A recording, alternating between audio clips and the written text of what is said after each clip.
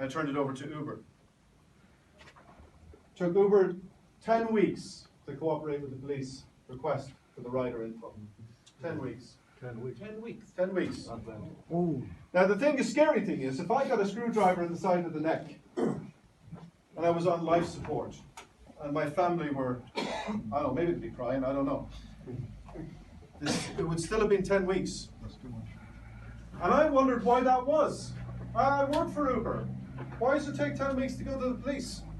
And I looked at my contract, and I looked at the rider contract, and I had this aha moment. Of course, I carry all the risk, so does the rider. Something goes wrong, read your contract as a rider or as a driver, nothing to do with them. And that's why they didn't go to the police, because they didn't want to know. They didn't want to get involved. They didn't want this in the press. They wanted nothing to do with it. That's why. So I called Lee Day, and I had a conversation with Annie Powell about it. you already registered. You don't have to. And what she said to me was, there is no responsibility. They're our lawyers. And we started to understand that we needed rights. We needed worker rights. And that's where the case started from. And Yassine reached out to me. Yassine was organising drivers. And he pulled me in. And Yassine joined the case, and then 19 others joined the case. Now, what does this worker rights do? First of all, you will continue to be self-employed. You're self-employed. That doesn't change. It doesn't. Uber will say you'll lose your flexibility, you'll have to log on, you'll have to do this, you'll have to work shifts. Rubbish! You won't. From the start, Uber have been offering incentives. They're offering me an incentive right now to work in Guildford.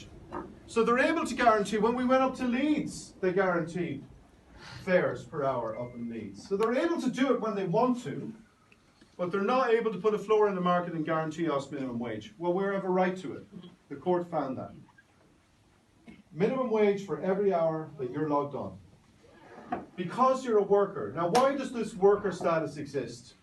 Well, imagine for a second, you worked for 25 years for, I don't know, Thames Water, right, behind a desk. 25 years, you're working for Thames Water. When I come in as your boss and I say, Conrad, good news and bad news. Let's start with the bad news. I'm laying you off. Sorry, man. You're gone. Good news, stay right there, keep doing your job, do everything you're doing now, except now you're self-employed, right? So no holidays or whatever that, just on a contract, just carry on, right? It's an abuse, can't you see? That would be an abuse, right? So that's why there is this third status called worker. It lies somewhere between being employed and being truly self-employed. And it exists to give you protection, because you need protection where you're self-employed but you can't set the fare, you're still being performance managed, right? All of the things that shackle us down.